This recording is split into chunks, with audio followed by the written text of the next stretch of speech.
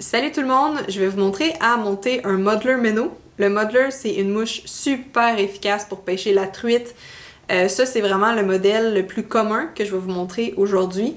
Mais il existe aussi différentes variantes, comme le Muddler marabout, qui peut être super efficace pour pêcher la Wenaniche. Et ça, bon, éventuellement, je vais peut-être vous le faire dans une autre capsule. Mais pour l'instant, je vais vraiment vous montrer à monter le Muddler, qui est plutôt traditionnel. Donc, restez à l'écoute et vous allez être capable de monter des beaux modelers et réussir. Là, je vais vous expliquer comment faire bien la tête tournée également. Donc, je commence. Je vais installer mon hameçon.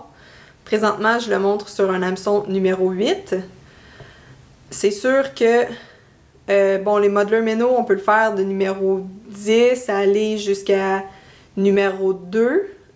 Pour la truite, là, j'aime bien numéro 8 et numéro 6. C'est sûr que numéro 2, ça commence à être un petit peu plus gros. Quoique, si jamais je sais que je pêche des grosses truites, par exemple, des truites de plus de 15 pouces, vont peut-être préférer là, des fois les plus gros modelers un petit peu. Donc, je commence en attachant le fil. Actuellement, j'utilise du 6-0 brun. La raison pourquoi j'utilise du 6-0, c'est que le 8-0 est un petit peu petit, puis quand j'arrive pour faire les têtes tournées, bien, il y aurait des chances que ça se brise. Ce que je vais avoir de besoin pour monter le modeler, je vais avoir besoin de plumes de dinde mottelée, qui, celle-là, bon, a été quand même pas mal utilisée. Donc, je vous en montre d'autres versions. La dinde mottelée, la plume peut venir en couleur un petit peu plus pâle comme celle-ci ou en couleur plus foncée comme celle-là. Honnêtement, les deux peuvent très bien fonctionner, il n'y a pas de problème. Donc, ce qui est important quand on a des plumes de dinde mottelée, c'est que les plumes doivent être pairées. Donc, ils doivent vraiment être faites de manière à ce que les deux fonctionnent bien une par rapport à l'autre. Donc, elles doivent être de même dimension. Et surtout, je ne sais pas si vous voyez, mais le rachis, qui est la partie centrale de la plume, celle-là ici va faire face vers la gauche, celle-là va faire face vers la droite. Donc, j'ai vraiment besoin de pairer mes plumes de cette manière-là. Si j'avais deux plumes qui étaient du même sens, donc disons que toutes les deux iraient vers la gauche, eh bien, j'aurais pas les parties là, qui fitteraient super bien pour réussir à pairer. Tout à l'heure, faire les ailes de mon modeler ou encore la queue. Donc, c'est important d'avoir vraiment des bonnes plumes qui sont assemblées une par rapport à l'autre. Pourquoi elles doivent être assemblées? Donc, chaque plume a une couleur ici. Ça, c'est sa belle couleur. On a aussi la couleur ici. Bon, à l'intérieur, c'est un petit peu plus pâle. Donc, nous, la couleur qui va être exposée, c'est vraiment cette couleur-là foncée ici. Quand on va venir choisir, on va vraiment venir couper, par exemple, je fais la queue, je vais prendre la partie ici extérieure. Donc ça ici, je m'en coupe une partie. Et de l'autre plume, vers la même distance, je vais me couper la même mesure, donc environ un demi-centimètre. Je coupe et je prends cette section qui est vraiment là, pairée. Donc c'est la section externe, disons. Je peux prendre aussi les deux sections, il faut que ce soit les deux sections internes lorsque je viens de les mettre une par rapport à l'autre. Donc je regarde, j'ai vraiment le beau côté, le côté plus pâle. Donc je vais prendre les deux côtés pâles et je viens de les accoter un sur l'autre. On remarque maintenant que il va vraiment avoir la même courbure, c'est la même orientation là, de la plume qui va pointer dans le même sens. Si j'avais des plumes que lorsque j'assemblais, il y en aurait une qui pointerait vers le bas, puis une qui pointerait vers le haut. Ça fonctionnera pas, j'avais pas pris les bons côtés. Je veux vraiment que ça vienne de cette manière-là et que j'ai les deux côtés plus foncés qui viennent s'exposer. Donc, c'est quand même, là, j'ai pris le temps de bien vous l'expliquer. Je vous dirais que c'est un petit peu ça, là, le secret de la modeler, ça, et aussi le poil tourné que je vous explique tout à l'heure.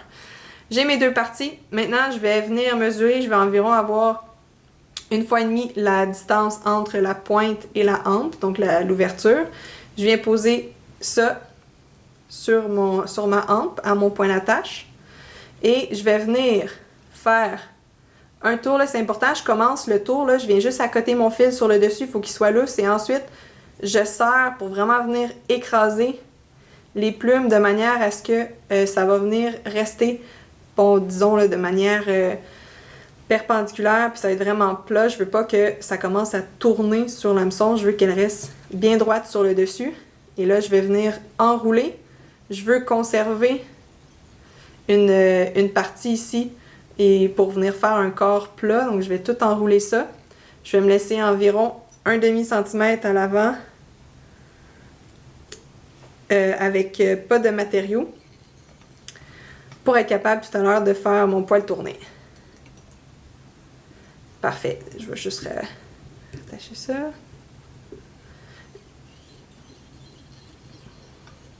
Je vais retourner à l'arrière et une fois que c'est fait, je vais attacher le corps. Donc j'ai besoin de tinsel. Ça, c'est du tinsel qui a un côté or, un côté argent. Je vais venir m'en prendre environ sur 10 cm. Et moi, je veux que le côté qui soit exposé soit le côté or. Donc lorsque je viens attacher mon tinsel, je viens attacher le côté or contre la hampe. Donc là, moi, je vois le côté argent. J'attache quand même une bonne partie pour que ce soit solide et j'amène mon fil à l'avant. Maintenant, j'enroule le tinsel et c'est important de faire des enroulements quand même assez serrés. Puis, je vais venir m'assurer qu'à chaque enroulement, je laisse pas de trou, donc d'espace. C'est important que tout le fil soit bien couvert puis qu'on ne voit plus les matériaux en dessous. Je tiens de ma main droite, je passe mon fil à l'arrière. Et voilà, mon tinsel est attaché. Maintenant, je vais venir prendre une autre section de mes plumes d'Inde motelée.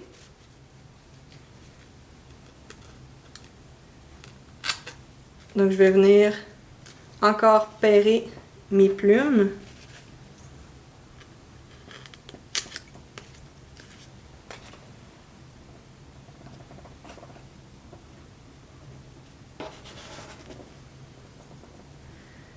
Et voilà, et ça va me servir d'aile sur le dessus.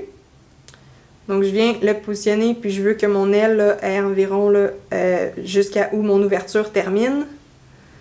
J'attache le tout, un enroulement, boum, je serre pour m'assurer que ça soit bien droite sur le dessus.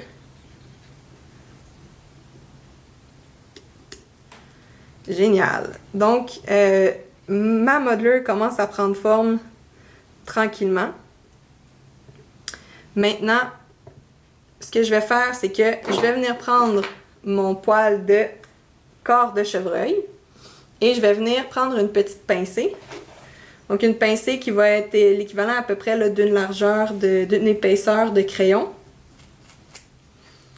Et c'est très important, à cette étape-ci, il va falloir que je vienne enlever le duvet qui se retrouve sur contre le poil de chevreuil. Plus le poil de chevreuil est de qualité, moins il va y avoir de duvet. Donc lorsque vous faites le choix de votre matériau, assurez-vous qu'il y ait le moins de duvet possible. Parce que s'il y a beaucoup de duvet, ça va devenir difficile de faire du poil tourné. Donc je le fais d'un côté et de l'autre. Et voilà. Moi, ce que j'aime faire, c'est que je vais venir séparer cette partie-là en deux pour venir utiliser qu'une seule épaisseur de poil. Donc, je coupe ça. Je conserve. Je le mets de côté, donc je conserve ce que je viens de couper. Et ça ici, ça va me servir pour venir faire en même temps là, un petit contour sur la mouche. Donc, je m'arrange pour que mon poil soit environ à mon point d'attache où il commence. Je viens le placer sur le dessus. Là, je fais 2 tours lousses et, très important, lorsque je termine mon deuxième tour, je lâche et je serre en même temps. Et mon poil va venir se tourner autour de mon hameçon. Donc, il s'est tout enroulé autour. Et là, je vais venir vraiment faire différents tours pour venir solidifier toute cette motte de poils-là que j'ai enroulée. Une fois que c'est fait, j'amène toutes mes poils à l'arrière et je viens faire juste une petite bosse à l'avant pour m'assurer que mes poils vont rester vers l'arrière comme ça.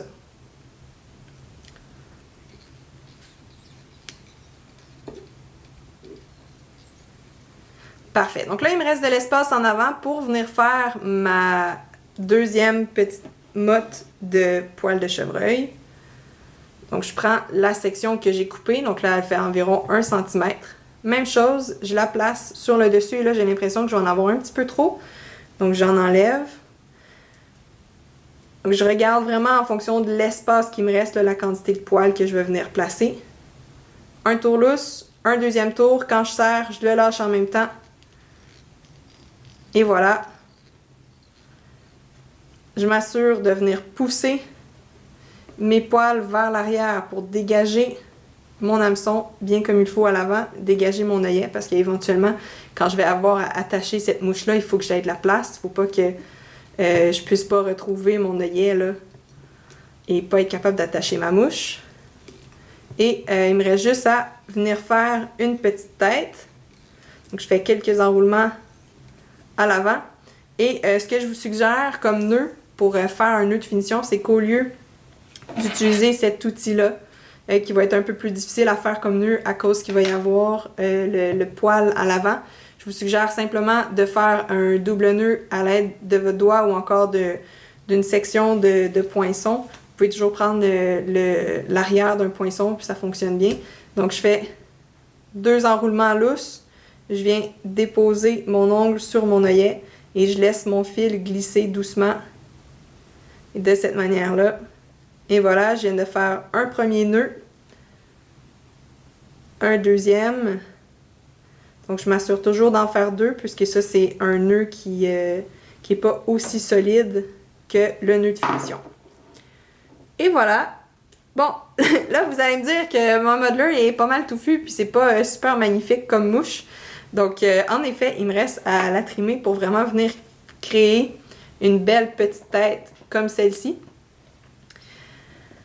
Donc, il va y avoir là, différentes étapes pour réussir à faire ça. Bon, habituellement, je le fais au-dessus d'une poubelle, mais là, pour que vous voyez bien à la caméra, je vais simplement le faire là, directement ici. Je commence toujours par tailler le bas de manière quand même assez droite. Par la suite, je viens dégager tout le côté en donnant un angle environ de 45 degrés avec mon ciseau.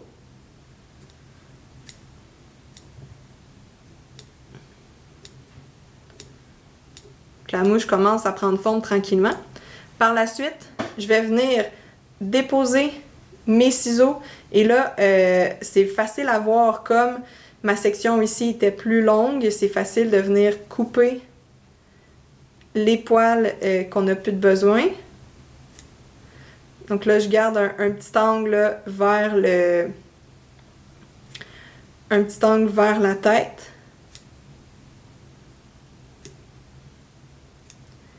Et voilà, donc la mouche est quand même pas mal belle de cette manière-là. Je vais venir faire des petites retouches. Aussi, je m'assure qu'à l'avant, c'est bien dégagé pour que je puisse attacher comme il faut. Et je vous dirais là qu'à cette étape-ci, c'est pas important de passer énormément de temps à couper chaque poil. Le modeler Meno va avoir vraiment la forme nécessaire dès qu'on a la forme un petit peu conique comme celle-ci, donc qui est plus basse puis qui va un petit peu plus large vers les différents poils. C'est vraiment cette forme-là qu'on veut avoir. Honnêtement, il y en a qui aiment mieux avoir une tête un petit peu plus grosse. Quand la tête est plus grosse, la mouche va flotter un petit peu plus. Donc ici, j'ai une version où la tête est pas mal plus grosse. Honnêtement, une ou l'autre peut très bien faire le travail. Si jamais je sais que je veux qu'elle ait un petit peu plus, même qu'elle entre dans l'eau, je peux la couper un petit peu plus. Mais peu importe, l'important c'est que on ait une belle tête conique Et voilà, notre Muddler Minnow est terminé. Donc j'espère que vous avez apprécié cette vidéo et que vous allez vous en monter parce que je vous dis, c'est une mouche super efficace pour pêcher la truite en lac ou en rivière. Donc si jamais vous avez aimé cette vidéo, n'oubliez pas de faire j'aime et de vous abonner à la chaîne Real Trip.